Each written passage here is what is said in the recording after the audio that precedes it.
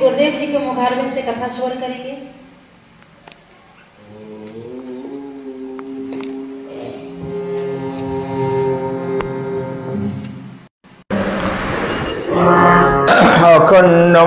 अखंडमंडलाकारं व्याप्तं येन चराचरं तत्पदं दर्शितं येन तस्मै श्री गुरवे नमः। नारायणं नमस्कृत्य नरं चैव नरोत्तमं देवीं सरस्वतीं व्यासं ततो जयमुदीरयेत्।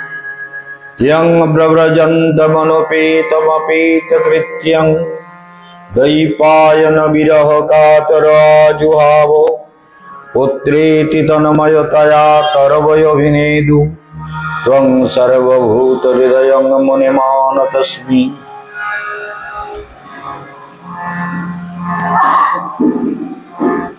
यं ब्रह्मा वरुणेन्द्र रुद्रमरुतः स्तुन्वन्ति दिव्यैस्तवैः वेदैः साङ्गपदक्रमोपनिषदैः गायन्ति यं सामगाः ध्यानवस्थित तद्गतेन मनसा पश्यन्ति यं यगिनो यस्यान्तं नो विदुः सुरासुरगणाः देवाय तस्मै नमः।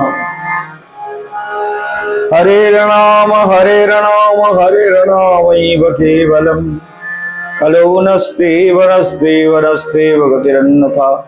हरे कृष्ण कृष्ण कृष्ण हरे हरे हरे राम राम राम हरे हरे। प्रारंभ में नित्य लीला प्रविष्ट भक्त हृदय वनदेव गोस्वामी महाराज गुरु जी के चरण कमलों का वंदना करते हुए उनका आशीर्वाद प्रार्थना करता हूँ।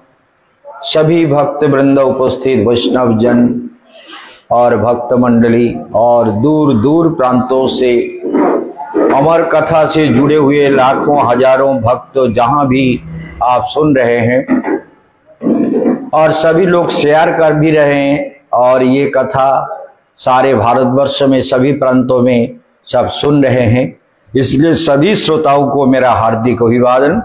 शुरू करते हैं आज की भागवत कथा, अमर कथा। मेरे प्रोग्राम जो भी चलता है वो 94 से धीरे धीरे ये कथा का विस्तार हुआ, जिसका नाम मैंने रखा अमर कथा। अमर कथा के रूप से सारा दुनिया जानता है। भक्ति योगाश्रम ट्रस्ट को सब्सक्राइब कर लीजिए, हजारों प्रोग्राम आपको देखने को मिलेगा। कल हम बता रहे थे कि संसार तो है और संसार में जीव सुख भोगने के लिए निरंतर कोशिश करता रहता है, लेकिन सुखी नहीं होता क्योंकि बदलता रहता है। सुख के बाद दुख आएगा। शरीर कभी सुंदर है, कभी असुंदर है, कभी दुख है, कभी सुख है, कभी अच्छा है, कभी बुरा है, कभी बहुत वर्षा है, कभी बारिश नहीं हुई, गर्मी है। ये सब दुख तो हमको झेलना पड़ता है। तो इसलिए भगवान का भजन करने का एक सबसे बड़ा उपाय भगवान ने हमको दे दिया कि मनुष्य का जन्म। मनुष्य जन्म से हम सारे अमृत को, सारे प्रसन्नता को, सारे शांति को, सारे पूर्णता को प्राप्त कर सकते हैं। इसलिए प्राप्त करने के लिए हमें इस जीवन में भगवत साधना में लीन होना जरूरी है। जैसे ब्रह्मा जी ने कहा कर्दम को कि बोले संसार करो और प्रजा सृष्टि में तुम सहयोग दो, तो महर्षि कर्दम, बात को हमेशा ध्यान दीजिए। कर्दम, कर्दम माने क माने सुख, अर्दम माने अर्धमित। जो आपने सुख प्रवृत्तियों के ऊपर कंट्रोल किया हुआ है, सुख पाने की जो इच्छाएं हैं, उन इच्छाओं के ऊपर जिन्होंने अपना कंट्रोल कर लिया, शब्द का अर्थ सुन रहे हैं, ध्यान दीजिए। कर्दम माने क्या है? आपको पूछेंगे तो आप कहेंगे हमको क्या मालूम। ऐसा नहीं, जान लीजिए, जो सुख के प्रवृत्तियों को कंट्रोल में ले लिया, जागतिक सुखों में जिसका मन रमता नहीं है, वो कर्दम है। और कर्दम जी बिंदु सरसी, बिंदु सरोवर में उन्होंने तपस्या किया। तो बिंदु सरोवर ऐसा कहा गया है, तस्मै बिंदु सर नाम सरस्वत्या परिप्लुतम पुण्यम पुण्यम जीवामृत जलम महर्षि गण सेवितम। पुण्यम शिवामृत जलम महर्षि गण सेवितम। बिंदु सर नामो, ये बिंदु सरोवर जो है, इसको ध्यान में रखना जरूरी है कि बिंदु सरोवर और पुष्कर तीर्थ, पुष्कर तीर्थ राजस्थान में पड़ता है और बिंदु सरोवर उसी सरल रेखा में आगे जाके बिंदु सरोवर पड़ता है, पाकिस्तान के अंदर पड़ा हुआ है। तो ये दोनों स्थान को पृथ्वी का दो नेत्र माना गया। समझ गए? दो नेत्र माना गया, दो आंख, दुटो चोख माना हलो। একটি হলো বিন্দু সরোবর আর একটি হচ্ছে পুষ্কর তীর্থ। পৃথিবীর মধ্যবিন্দু আবার দুই নেত্র মানা হয়। এই জন্য আমাদের জীবনে এই पुष्कर तीर्थे जखन पुष्कर तीर्थ में जब हम जाते हैं तो वहां पर ब्रह्मा जी का विवाह हुआ था। वही प्रसिद्ध ब्रह्मा जी का मंदिर है, जहां भी बाद में बना हुआ होगा, लेकिन ब्रह्मा जी का मंदिर पुष्कर तीर्थ में ही है और वहां ब्रह्मा जी का विवाह हुआ था।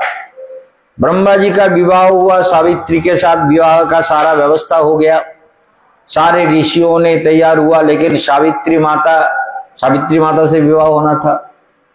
सावित्री माता से ब्रह्मा जी का विवाह होना था, लेकिन सावित्री माता आने में विलंब कर दिए, माता नहीं आई। तो ब्राह्मण लोगों ने कहा कि विवाह का मुहूर्त निकल जा रहा है, इस मुहूर्त में तो विवाह होना चाहिए, तो इसलिए क्या किया जाए। उस समय एक ग्वाल की लड़की आ गई, वह है गायत्री माता। बोले ये लड़की तो बहुत सुंदर है लेकिन ग्वाल है, तो ब्रह्मा जी अगर आदेश करें तो इससे शादी करा दें। तो ब्रह्मा जी बोले अरे क्या बात है, सावित्री नहीं आई तो ठीक है शादी करा दो, ये बड़ी अच्छी बात है। तो ब्रह्मा जी का शादी गायत्री से हो गई, गायत्री माता से हो गई। और सावित्री जब तैयार होकर अपने सखियों के साथ आई तो ये देखकर बहुत गुस्सा हो गई, बोले ये क्या बात है, अरे हम तैयार होकर शादी करने के लिए आए और हमसे पहले किसी से और से शादी कर लिया। तो ये ब्राह्मणों को कहा ये ब्राह्मणों ने सब कुछ गड़बड़ ये ब्राह्मणों ने किया, इसलिए ब्राह्मणों को मैं अभिशाप देता हूं, तुम्हें भिक्षा मांगना पड़ेगा, तुम्हारे घर में कभी लक्ष्मी नहीं रहेगी। तो गायत्री माता बोले तो बात तो ठीक है, लेकिन मैं भी ब्राह्मणों को आशीर्वाद देता हूं कि ब्राह्मण तुम सबसे पूज्य होगे और तुम्हारे जब तक तुम गायत्री का जप करोगे, गायत्री मंत्र का जो जप करोगे तो तुम्हारा कभी कोई अभाव नहीं होगा, तुम्हारे सब कुछ अपने आप तुम्हारे पास पहुंचेगा, सारे सीधा भोजन सामग्री अर्थ संपत्ति वैभव सम्मान सब कुछ तुमको प्राप्त होगा। गायत्री मंत्र त्रिसंध्या गायत्री का जप करोगे तो तुम्हें कोई चिंता नहीं। अब देखिए एक प्रसंग में आ गया, इसको विस्तार से नहीं बोलना चाहता। तो कर्दम ऋषि ने, महर्षि कर्दम ऋषि जिन्होंने सारे संकल्पों को कंट्रोल कर लिया, सारे वृत्तियों को कंट्रोल कर लिया, वो है कर्दम साधारण ऋषि नहीं है। वो तपस्या करने लगे कृतयुग युगे। कृतयुग किसे कहते हैं, सत्य युग को, हमेशा ध्यान रखना। कृतयुग युगे सत्य युग में कर्दम ऋषि तपस्या कर रहे हैं।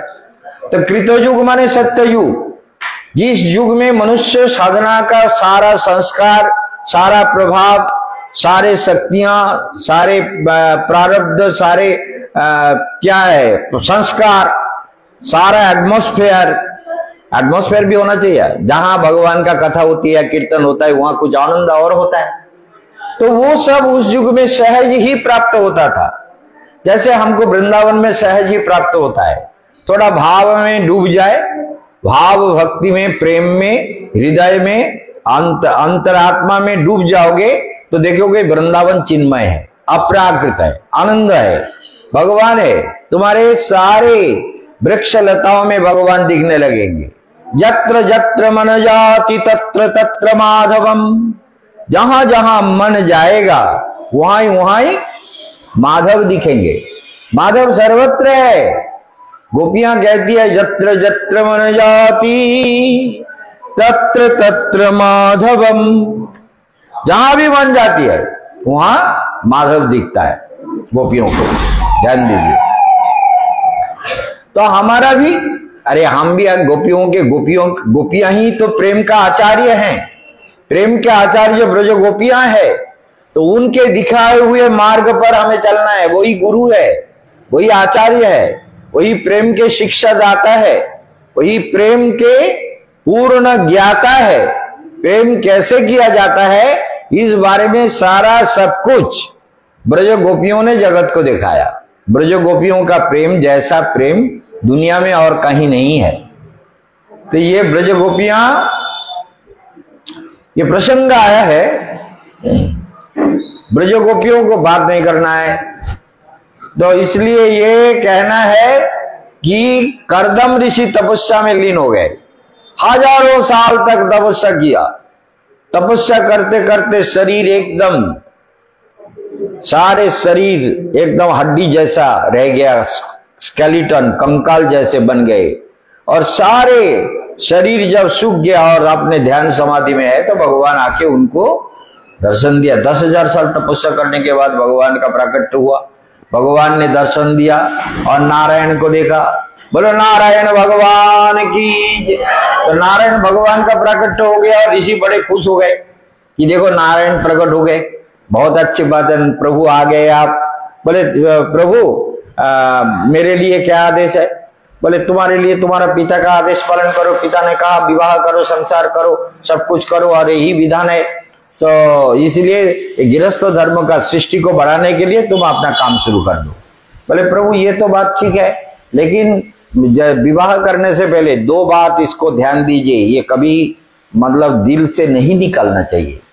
जैसे कर्दम ऋषि मनु, स्वयंभू व मनु, मतलब देवहूति माता के जो पिता है महाराज मनु, उनको कहा कि महाराज हम आपके कन्या से शादी करने के लिए तैयार है, शादी तो करेंगे और आपके कन्या बहुत ही सुंदरी है, बहुत सुलक्षणा है, नवयौवना है, मैं तो बुढ़ा ऋषि हूं और आपके लड़की शादी करने के लिए तैयार है। बोले आप देख लीजिए, लड़की तो तैयार है ही है, तब तो ठीक है से शादी करेंगे। लेकिन महाराज एक बात है, आपके कन्या के गर्भ से जब संतान की उत्पत्ति होगी तो मैं संसार छोड़ के चला जाऊंगा। पहले कन्या से ये अनुमति ले लो कि आपका कन्या उस समय हमको रोकेंगे नहीं ना। जब हम संसार छोड़ के तपस्या करने जाएंगे तो हमें रोकना नहीं है, हम तपस्या करने चले जाएंगे। हम योगी हैं, हम तपस्वी है, इसलिए हम कहीं फंसते नहीं है। इसलिए हमारा यही कहना है कि हम जब तपस्या करने जाएंगे तो हमें रोकना नहीं होगा, संसार में हम रोकेंगे नहीं, संसार छोड़ के वानप्रस्थ लेकर के तपस्या में जाएंगे। तो माता देवहूति ने देखा कि ऐसे कैसे हो सकता है, जो आदमी शादी से पहले ही त्याग की बात करता है। त्याग, वैराग्य, भक्ति तो तभी आती है ना, त्यागच्छन्तिरनंतरम, जो सारे तेन उपनिषद कहता है तेन तक्तेन भुंजी था, तुम भोग करोगे, भोग करने का तुम्हारा अधिकार है, लेकिन तक्तेन भगवान को अर्पण करके भोग करो। जो भी कुछ भोगना है प्रभु के प्रसाद के रूप में ग्रहण करो। कर्दम ऋषि को ये आत्मविद है ना, योग समाधि के द्वारा परिपूर्ण, योग शक्तियों के द्वारा परिपूर्ण है, सारे सिद्धियां उनके कंट्रोल में है। ऐसे महायोगी कर्दम वो शांत समाहित होकर के, ध्यान दीजिए, विचार करने योग्य बात है, उन्होंने पहले ही शर्त रख दिया कि संसार में बच्चा पैदा होने के बाद मैं चला जाऊंगा। अरे कोई बात नहीं, वही आप मेरे लिए ठीक है। तो देवहूति माता ने अपना अनुमति दे दी और फिर दोनों का संसार जीवन प्रारंभ हुआ। तो ये संसार जीवन कैसा है? एक तो बुढ़ा है, शरीर में कुछ नहीं है, कंकाल है, स्केलेटन जैसा रह गया, और एक है परमा सुंदरी। तो सेवा करने लगे ऋषि का। ध्यान दीजिए, पूरी बातों को ध्यान देना बहुत जरूरी है। कैसे सेवा करते थे? पितृभ्याम प्रस्थिते सद्धि पतिविंगित को विदा। पितृभ्याम माने बाप मां दोनों चले गए, कन्या को संप्रदान करके चले गए, लेकिन देवहूति क्या करने लगी? नित्यम परियचरद प्रीत्या भवानी व भवम प्रभुम। भवानी जैसे माने उमा पार्वती, वो जैसे शिव की सेवा करती है उसी भाव से, और ये शिव से, ये भी तो योगी है, तो ये शिव से अलग नहीं है, भगवान से अलग नहीं है, ब्रह्मा के मानस पुत्र है। इसलिए प्रीति पूर्वक प्यार से ऋषि की सेवा करती है। उनका स्नान करण, उनका ध्यान, उनके पूजा पाठ का व्यवस्था, उनका चरण सेवा करना, उनके लिए नहाने का व्यवस्था करना, उनका कपड़ा रख देना, जो भी कुछ रोज करते हैं, रोज, एक दिन नहीं, एक टाइम नहीं। सेवा उसे कहते हैं जो विश्रम्भेन आत्म शौचेन। कैसे सेवा करती थी? ये हमारे लिए बहुत कठिन है। कैसे सेवा करती थी पति का? बोले विश्रम्भेन, पूरा विश्वास के साथ। बोले कैसे विश्वास? इनके घर में कुछ था नहीं, तो राजकुमारी थे जिनके बाल ठीक करने के लिए ना जाने कितने नौकर, कितनी सारी सुंदरी लड़कियां सब सेवा करती थी। कपड़ा ठीक करने के लिए, बाल ठीक करने के लिए, शरीर का अंग मार्जन के लिए, सारे सुंदरता को बढ़ाने के लिए कितने सारी सखियां, कितने सारे सेवक सेविकाएं सब उनके चारों तरफ रहते थे। अब यहां पर ऋषि के घर में कुछ नहीं। अब कैसे, आप सोचिए। इसलिए ऋषि के ऊपर विश्वास करना कि क्या विश्वास करें। अब आपके पास घर नहीं है, सोने का अच्छा जगह नहीं है, झोपड़ी है और वो भी जंगल में है, और खाने के लिए क्या है, फल मूल खाओगे और फूल चयन करोगे, पूजा करने के व्यवस्था करोगे, यही सब कुछ है। ध्यान दीजिए बात को, गहराई से सोचिए। तो इस तरह से माता देवहूति ऋषि के उपदेश से, ऋषि के चरण सेवा में अपने को पूरी तरह से समर्पित कर दिया।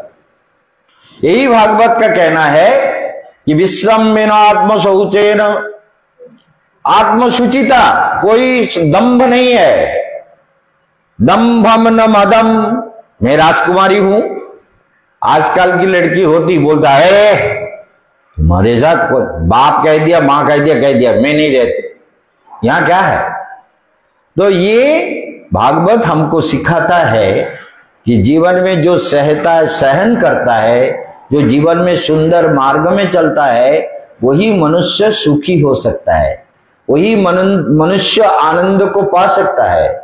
जीवन में जिसका छंद ना हो, मधुरता ना हो, आदर्श ना हो, त्याग ना हो, तपस्या ना हो, वो मनुष्य बेकार का जीवन जीता है। इसलिए माता देवहूति ऐसे सेवा किए, सेवा से ऋषि प्रसन्न हुए बहुत। इतने 12 साल तक सेवा करते रहे, 1 महीना 2 महीना 1 साल नहीं, 12 साल तक ऐसे सेवा कर। आपने तरफ देखा भी नहीं, मैं सुंदरी हूं, कपड़ा है, वस्त्र है, नहीं है, जो भी मिल रहा है, पेड़ के जो खाल होते हैं, बाकल वगैरह, वही पहन लेती है, जो भी कुछ मिलता है वही पहन लेते हैं। ऋषि उनके तरफ देखते भी नहीं है। कर्दम ऋषि, इतनी सुंदरी पत्नी, राजकुमारी, सारे सुंदरताओं से पूर्ण, फिर भी उनके तरफ आंख उठा के देखते भी नहीं है। ये लड़की देखने में कैसी है, कितना सुंदर है, कितना इनमें मधुरता है, एक बार भी नहीं देखा। बोली ठीक है, पिताजी ने समर्पित किया, मैंने भी मन से पति माना तो सेवा करता हूं। योगी है, योगी के मन में क्या है कौन जान सकता है? भगवान के मन में क्या है हम जान सकते हैं? भगवान क्या करेंगे हमारे लिए, क्या व्यवस्था किया हुआ है, हम भजन करेंगे और भगवान से तल्लीन हो जाएंगे, तन्मय होकर के भगवान का भजन करेंगे, तो हमको पता चलेगा कि भगवान हमारे लिए क्या निश्चय किया है। वो स्वप्न में भी दिख जाता है कि ये होने वाला है, वो हम लोगों को भी दिखता है, आपको भी दिखेगा, सबके जीवन में। तो स्वप्न में जो दर्शन है, दूध ले आया कोने कोई है, तो प्रत्यक्ष अप्रत्यक्ष और अपरोक्ष दर्शन तो सर्वश्रेष्ठ है। अपरोक्ष दर्शन ध्यान दीजिए।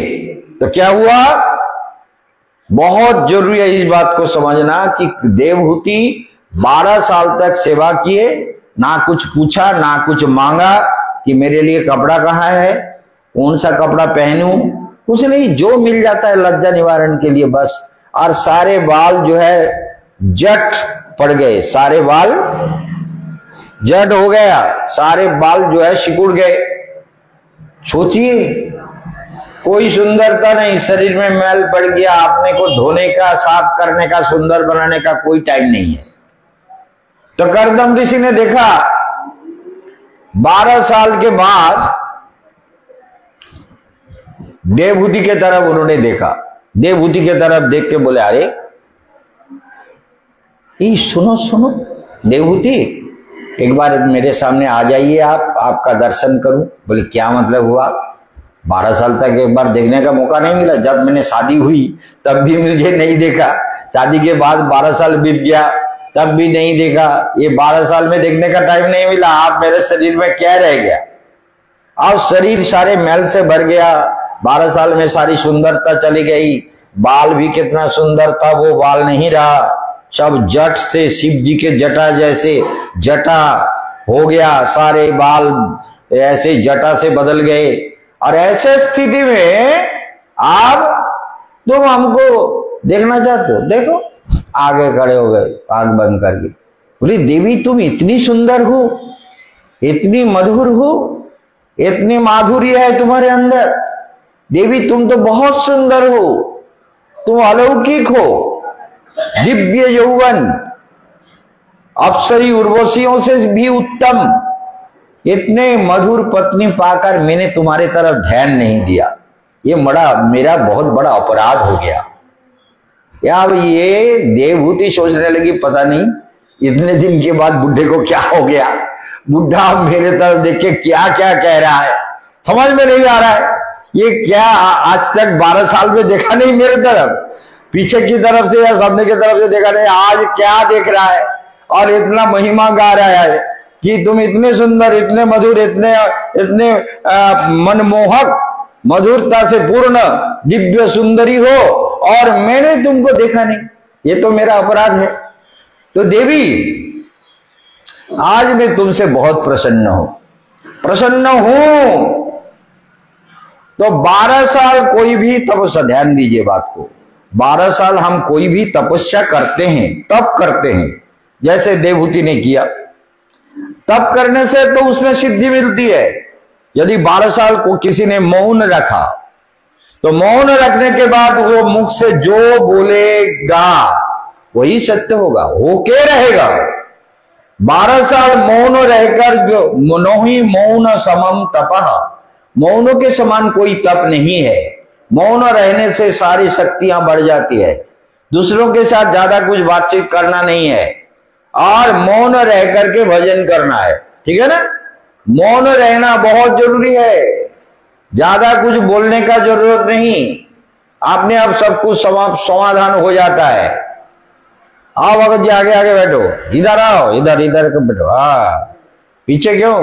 वृंदावन के भगत जी है, हमारे पुराने भगत है, रोज आते हैं आश्रम में, चाहे भागवत हो ना हो, कुछ भी हो, झड़ बारिश हो, कुछ भी हो, वो आश्रम में जरूर आएंगे।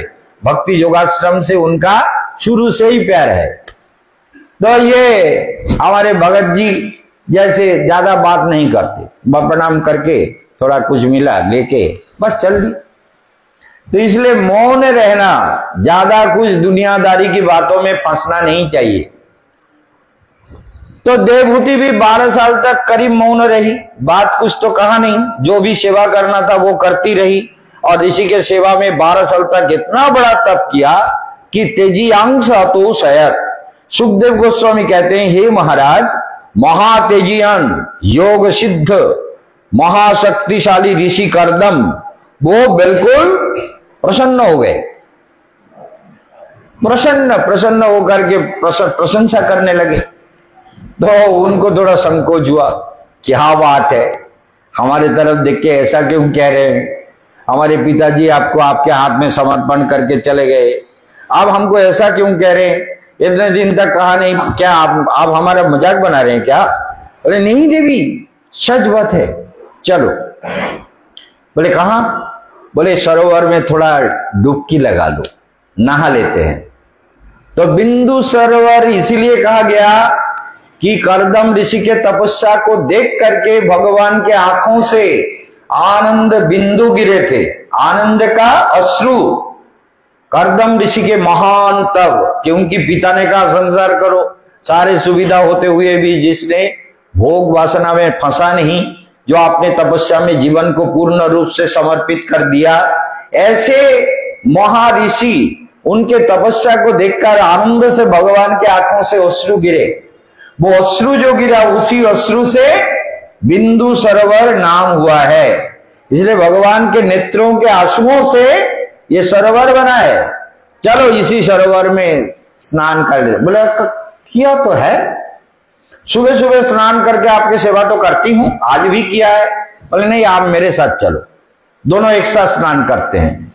तो कर्दम ऋषि और देवहूति दोनों मिलकर वहां पर स्नान करने चले गए। दोनों ने बोले डुबकी लगाओ, दोनों डुबकी लगाए।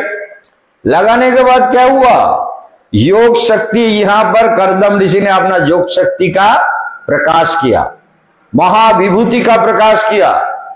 तो सरोवर में जब दोनों उठे, दोनों दिव्य सुंदर, दिव्य यौवन ऋषि भी ऋषि भी जैसे कामदेव जैसे बहुत सुंदर हो गए, बहुत ही मनोरम दिव्य कांति युक्त दिव्य सुंदर ऋषि प्रकट हो गए। और माता देवहूति भी एक परमा सुंदरी युवती और एक अलंकारों से सुशोभित दिव्य वस्त्रों से मतलब शोभायमान और 1000 सेविका, 1000, एक दो नहीं, 1000 सेविका भी, नव यौवना सेविकाएं वो सामने, वो भी जल से उठे, वो भी बिंदु सरोवर से उठ के सुंदर सेविकाएं, सबके हाथ में सोने की थाली में सारे सेवा का उपकरण है। सेवा करने के लिए 1000 जो सुंदरियों का प्रकट हुआ, उन सब के हाथ में स्वर्ण थाली में सारे सेवा का उपकरण, फल है, मिठाई है, फूल है, वस्तु है, ना जाने क्या क्या लेकर के 1000 सखी साथ में उठे और करदम देवहूति का हस्त धारण किया। आज तक हाथ नहीं पकड़ा था, वो शादी के दिन थोड़ा नियम हुआ था, लेकिन 12 साल के बाद थोड़ा हाथ को, बोले आज तो हाथ को जोर से पकड़ा है, ये बता नहीं, जोर से पकड़ के फिर ले आए। तो देवहूति बोले कि महाराज ऋषिवर आपका क्या इच्छा है? बोले चलो, तुमने कहा था ना, मैंने भी कहा था कि पुत्र संतान जन्म होने के बाद मैं घर छोड़ के जाऊंगा, तो ये बात भी तो पूरा करना है, खाली तपस्या नहीं करना है।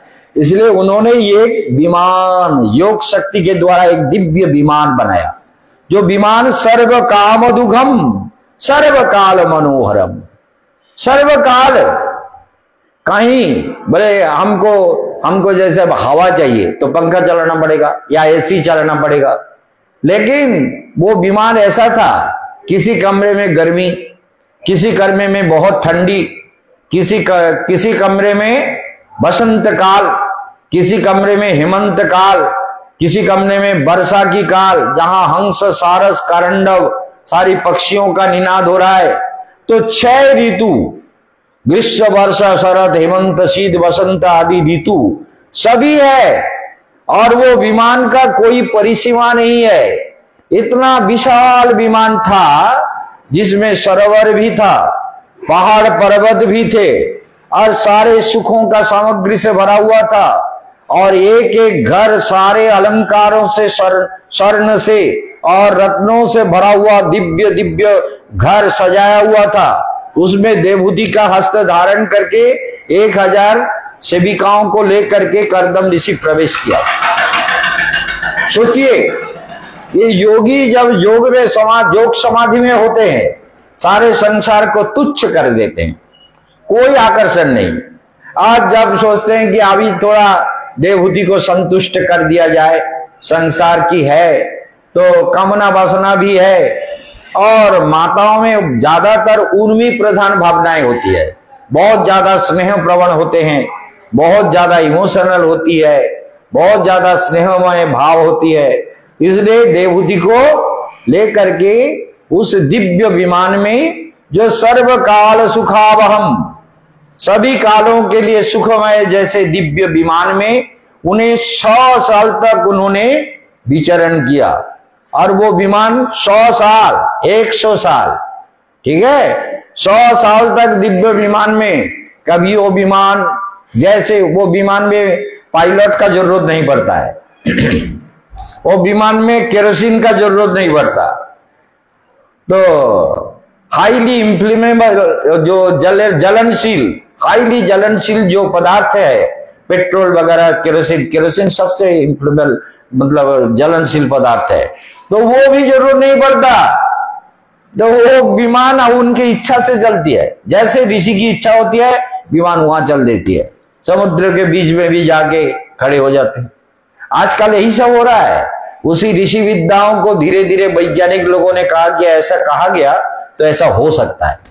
तो ऋषियों ने, आजकल साइंटिस्ट ने क्या किया, ऐसे विमान बना दिया जो पानी में भी चलेगा और गाड़ी बन के भी चलेगा। उसका सारा सब कुछ कोशिश किया जा रहा है, पानी के नीचे भी चलेगा, पानी के ऊपर भी चलेगा और आसमान में भी चलेगा।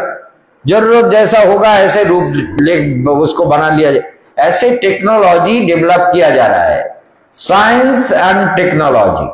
ये दोनों आज बहुत बड़ा उन्नति के शिखर पर है, लेकिन ज्यादा उन्नति करने पर जो अहंकार होता है उसके बाद ध्वंस होना भी अनिवार्य है। जैसे सुन रहे थे कि उनके कुरान के आखिर में कहा गया कि समय आ गया है। कुरान इस्लाम धर्म में कहा गया कि आप जगत का क़यामत का दिन आने वाला है। क़यामत माने शेष दिन सबका विचार होगा। क़यामत अल्लाह ने कह दिया कि जो जिस दिन ये कवा का जो घर है, ये घर जब टूट जाएगा तो दुनिया में क़यामत आने में देर नहीं लगेगा और सब समाप्त हो जाएगा। कोई इस्लाम धर्म को नहीं मानेगा, इस्लाम के ऊपर किसी का विश्वास नहीं होगा। ये इस्लाम में ही कहा गया है, कुरान में ही कहा गया, ये धर्म को कोई नहीं मानेगा, ये धर्म बिल्कुल समाप्त हो जाएगा। सोच लीजिए, इसलिए ये इस्लाम धर्म कुछ दिनों के लिए पैदा हुआ, लेकिन हमारा सनातन धर्म तो आदिकाल से है। धर्मं तो साक्षात भगवत प्रणीतम, धर्म का प्रणेता कौन है? साक्षात भगवान। सनातन धर्म के बारे में कहा गया ये सो धर्म सनातन, ये सनातन माने नित्य, जो अनंत काल से आ रहा है। ये हमारे भगत जी, ये भी अनंत काल से वृंदावन में जन्म ले रहे हैं, घूम रहे हैं। आप इस जन्म में कथा सुन करके भगवान के पास चले जाएंगे। क्यों? क्या फिर आना है? फिर जन्म नहीं लेना है। जन्म प्रभु मुझे जन्म मत दियो, आप आपके धाम में ले लियो, ठीक है ना? बोले आपके धाम में ले लेना, आप जन्म मत दियो राधा रानी, आप तुम्हारे धाम में तुम्हारे चरण में ले लेना। यही जीवन है। इसलिए देखा गया कि कर्दम ऋषि देवहूति के साथ 100 साल तक जो संसार किया है, उससे उनको देखा गया कि कर्दम ऋषि के 9 पुत्रियों का जन्म हुआ। कितने? 9 पुत्रियों का जन्म हुआ। 9 पुत्रियों का जन्म होने के बाद फिर क्या प्रॉब्लम आया देख लीजिए। पुत्रियों का जन्म होने के बाद कर्दम 100 साल तक संसार किए, सब कुछ किया। बोले देवी मेरा वचन पूरा हो गया, अब संसार जो भी करना था, भोग सुख भोगना था, वो सब हो गया। अब मुझे क्षमा करो, मुझे विश्राम दो और मुझे जाने दो। मैं वानप्रस्थ आश्रम में चला जाऊंगा, जाके वहां भजन करके शरीर को त्याग करके भगवत धाम को प्राप्त करूंगा।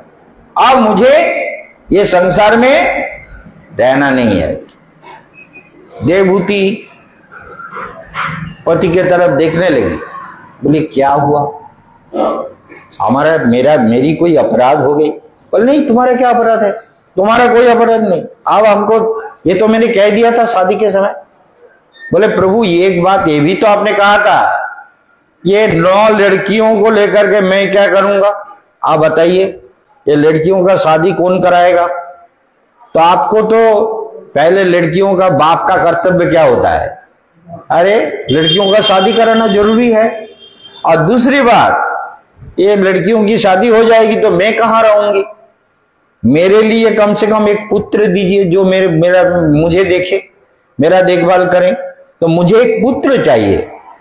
ऋषि ने सोचा हाँ देवी, ये तुमने बहुत अच्छी बात कही, क्योंकि मैंने भगवान से कहा था प्रभु आप मेरे घर में पुत्र के रूप में जन्म लेंगे, भगवान जन्म लेंगे पुत्र के रूप में। तो इसलिए तो देवी तुमने जो तुम्हारे मुख से जो निकला है ये सच बात है, इसलिए हम एक पुत्र तुमको प्रदान करेंगे। तो इसलिए 9 कन्याओं की जो जन्म हुई, उसके बाद भगवान कपिल सांगसेन, कपिल ने जो पुत्र रूप में मांगा था, भगवान ने कहा था कि मेरा समान, मेरा जैसा तो कोई होता नहीं है, मेरा जैसा कोई नहीं होता, मैं ही हूं, मेरे समान हूं। भगवान असमर्थ, भगवान कैसे? असम अनूर्ध, ना तो उनके समान कोई है ना उनसे बड़ा कोई है। वो अनंत असीम भुमा, सर्वव्यापक, सबके प्रभु, सबका प्राण, सबका प्रिय, सबका अपना है। तो इसलिए असमर्थ अनंत माधुर्य रसराज भगवान, उन्होंने क्या किया? उन्होंने एक अंश से कॉपी करदम के घर में जन्म लेने का संकल्प किया और देवहूति के गर्भ में प्रवेश किया। ये कपिल के बारे में आपको सुनना है आज। कपिल क्या कहते हैं देखिए, ये जो 9 कन्या है, ये 9 ऋषि को समर्पण किया गया, वो थोड़ा सा देख लीजिए। मरीचय कलांग, मरीचि ऋषि, सप्त ऋषि में ना, पुलह पुलस्त क्रतु भृगु अंगिरा वशिष्ठ जमदग्नि मरीचि गौतम आदि जितने ऋषि लोग हैं ना, तो 9 ऋषि को 9 कन्या समर्पित। ब्रह्मा जी आए, सारे देवता लोग आए विवाह उत्सव में, हम लोग भी सम्मिलित हुए, हम लोग भी तो आए हैं, हम लोग आए ना भगवान के विवाह, कन्या के विवाह में। तो 9 कन्या की विवाह हो रही है।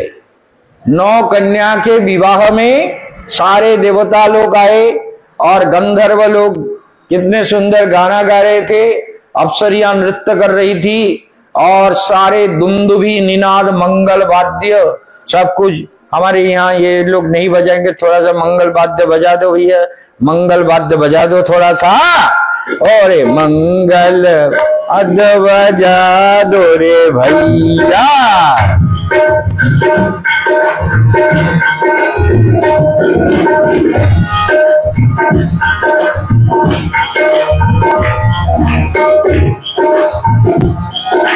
मंगलम भगवान विष्णु मंगलम।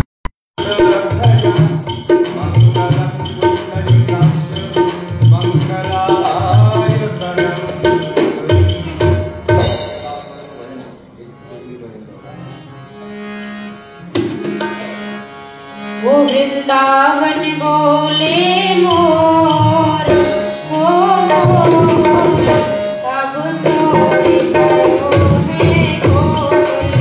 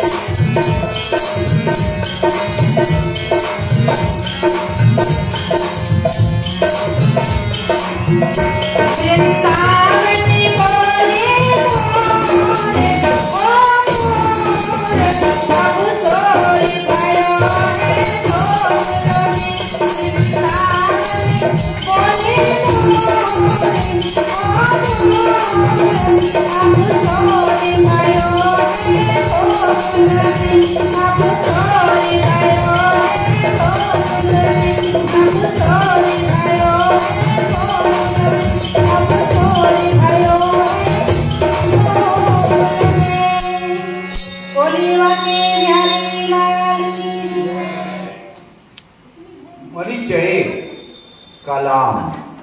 सोच लीजिए, ये जो ऋषि लोग हैं, इसमें यहां पर कहा गया अत्रि, प्रादात, अनुसुआ अथ अत्रये।